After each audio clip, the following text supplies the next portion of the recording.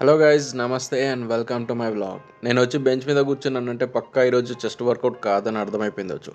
Because ఈ మధ్య నేను ఎవ్రీ 48 అవర్స్కి బెంచ్ కొడుతున్నా. బెంచ్ అంటే అంత పిచ్చి అయిపోయింది నాకు. సో ఈరోజు షోల్డర్ వర్కౌట్ ఉండే, shoulder and arms. And first మన స్ట్రెంత్ లెవెల్ ఎట్లుందో ఒకసారి చూసుకుందాం అని చెప్పేసి, కట్ మంచిగా నడుస్తుంది కదా అని చెప్పేసి స్ట్రెంత్ లెవెల్ చూసుకోవడానికి కోసం బెంచ్ కొడుతున్నా. మరీ హెవీ కాదు, 60-90 కేజీస్, దాని తర్వాత 100 కేజీస్తోని రెప్స్ మ్యాక్సిమం ఎన్ని రెప్స్ వస్తాయో చూద్దామని చెప్పేసి.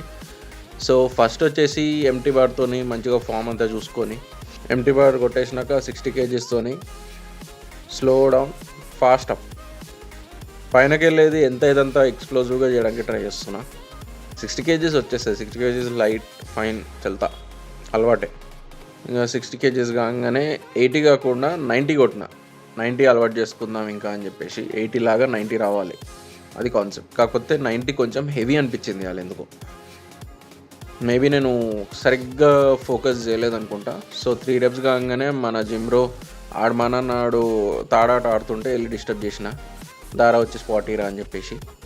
మనోడు స్పాట్ ఇస్తే అది ఒక అలాగే మోటివేషన్ ఉంటుంది, ఏదర్ గలీజ్గా బిక్తుంది లేకపోతే మంచిగా వస్తుంది రెప్స్.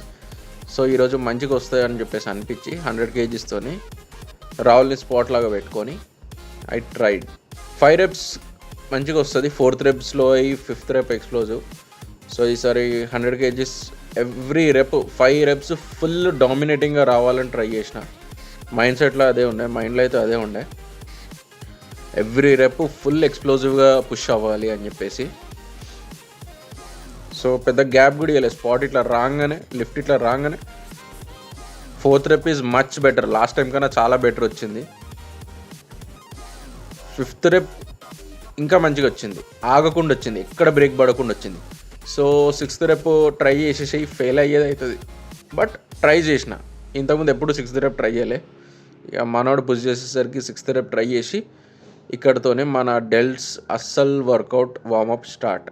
వార్మప్ వచ్చేసి దేశీ దండ్, షోల్డర్ వర్కౌట్ అంటే దేశీ దండ్ పక్కా కొట్టాల్సిందే.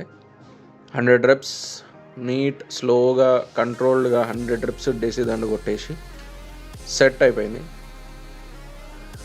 దాని తర్వాత ఫస్ట్ వేరియేషన్ వచ్చేసి మీద అటాక్, రేడల్స్ మీద కేబుల్తో. ఇది ఒక కొత్త వేరియేషన్ చెప్పిండు మనోడు, జిమ్రో రితేష్ చెప్పిండు. సో ఈ వేరియేషన్ నాకు ఒక 2 సెట్లు చేయగానే మంచిగా అనిపించింది. ఇంకా దీన్ని తీసుకెళ్ళిపోయినా, నేను ఫిక్స్డ్ వెయిట్ పెట్టి 100 reps తీసుకెళ్ళిపోయినా. రేడల్స్ మొత్తం రెస్పాండ్ అవ్వాల్సిందే అని చెప్పేసి 100 reps మంచిగా గుంజిన. ఒక 70 reps అట్లా క్రాస్ అయినాక అప్పుడు వెయిట్ పెంచిన. 70 reps వరకు కాన్స్టెంట్ వెయిట్ పెట్టి ఇంకా మన జిమ్రో రితేష్ అయితే ఖాళీ డామినేషన్ చేసిండు. అలా 40 kgs డంబుల్స్తోని షోల్డర్ ప్రెస్ ఇచ్చి పడేసిండు. Shout out to Ritesh. రేడల్స్ తర్వాత స్ట్రగ్స్, హెవీ వెయిట్ లైట్ రెప్స్, వాల్యూమ్లోనే 2-3 సెట్లే కొట్టిన, కాకపోతే వెయిట్ మాత్రం హెవీ వెళ్ళిపోయింది. ఇంకా ప్రోగ్రెసివ్ వెయిట్ పెట్టుకొని 50 kgs 100 kgs డంబుల్. దాని తర్వాత షోల్డర్ వర్కౌట్కి main compound movement shoulder press. Shoulder press ఇవ్వాలా, నేను రెప్స్ ఎట్లకి వెళ్ళి ఫుల్ హెవీ దిద్దామని అనుకున్నా, వెయిట్ కాకుండా. సో 30 kgs అటాకే 30 kgs మీద ఫస్ట్ 5 reps వచ్చినాయి.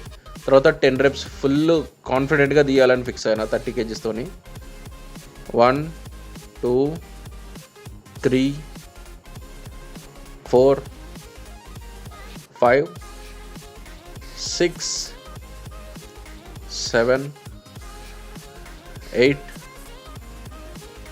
9 10. 9th rep 10th rep కొంచెం స్లో వచ్చింది, కాకపోతే ఫైన్, ఐ వాజ్ హ్యాపీ, మంచిగా అనిపించింది. తర్వాత హైపర్ట్రోఫీ మ్యాక్స్ రెప్స్ తీయాలి 30 kgsతోని 15 reps ట్రై చేద్దామని చెప్పేసి ట్రై చేసిన. దీంతో 2 3 4 5 6 7 8 9 10th rep కొంచెం బ్యాలెన్స్ అవుట్ అయింది. ఇక నాకు నచ్చలేదు, ఇక 15 ఎట్లాగో రావు, వస్తే ఒక 11 or 12 వస్తుండే అని చెప్పేసి ఆపేసిన అక్కడే. దాని తర్వాత 30 kgs ఆపేసిన కాబట్టి ఇంకా 35 kgs కొట్టేద్దామని చెప్పేసి బెల్ట్ పెట్టేసుకొని మంచిగా 5 reps ఉండే మైండ్లో 5 reps వచ్చేసినాయి, ఆరామ్సే వచ్చేసినాయి. 4 and 5 స్ట్రగుల్తో వచ్చినాయి, కానీ వచ్చినాయి. 5 reps అయితే వచ్చినాయి మొత్తం సెల్ఫే. తర్వాత మంచిగా గ్యాప్ తీసుకొని 6 రెప్స్ ట్రై చేద్దాం అనుకున్నా. ఫుల్ పవర్ఫుల్గా రావాలి 6 రెప్స్ 35 కేజీస్ డంబుల్తోనే అనుకున్నా. వచ్చేసరికి 1 2 3 4 5 6 సేమ్ అంతే. అట్లనే స్ట్రగుల్తో వచ్చింది, కానీ ఇక కట్ టైంలో ఇవి రావడమే ఎక్కువ అన్నట్టు అనిపించింది. సో ఇంకా అక్కడే ఆపేసిన ఆ సెషన్. సో దాని తర్వాత సైడ్ లాటరల్స్కి కేబుల్తోని ఫుల్ రెప్స్ హై వాల్యూమ్ వెళ్ళిపోయినాయి. ఇంకా 100 రెప్స్ తీసుకుంటూ పోయినాయి. ఇంకా దీన్ని ఎవ్రీ సెట్ 10 రెప్స్ అట్లా 10 అట్లా 100 రెప్స్ కంప్లీట్ చేసేసిన. షోల్డర్ వర్కౌట్ అక్కడనే క్లోజ్ చేసేసి తర్వాత వచ్చేసి ట్రైసెప్కి వచ్చేసి standing over head dumbbell extension కొట్టిన. ఇది 10 రెప్స్ తీద్దాం అనుకున్నా. కాకపోతే ఒక సెట్ కొట్టంగానే బ్యాలెన్స్ చేయడానికే నా ఎనర్జీ అయిపోతుండే.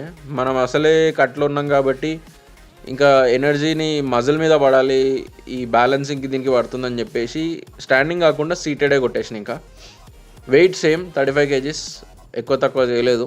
35 కేజీస్ ఉన్నాయి. 10 రెప్స్ తీసుకుంటూ పోయినా. ఇంకా నేను 10 రెప్స్ ఎప్పుడైతే రాలేదో అక్కడే వేరియేషన్ ఆపేసినాను. ఇంకా అక్కడ ట్రైసెప్ ఆపేసి ట్రైసెప్ ఒకటే వేరియేషన్ ఇవ్వాలి. ఇంకా దాని తర్వాత బైసెప్ కోసం preacher curl, single hand preacher curl.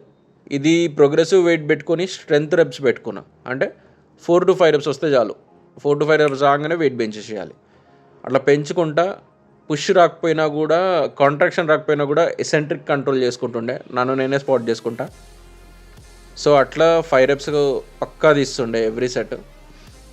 Right hand వచ్చేస్తుంది, లెఫ్ట్ హ్యాండ్ వీక్ కాబట్టి ఫస్ట్ లెఫ్ట్ హ్యాండ్తో కొట్టి దాని తర్వాత రైట్ హ్యాండ్తో కొడుతున్నా. నా వీక్ మజిల్ ఏదైతే ఉంటుందో ఫస్ట్ దాన్ని టార్గెట్ చేస్తా.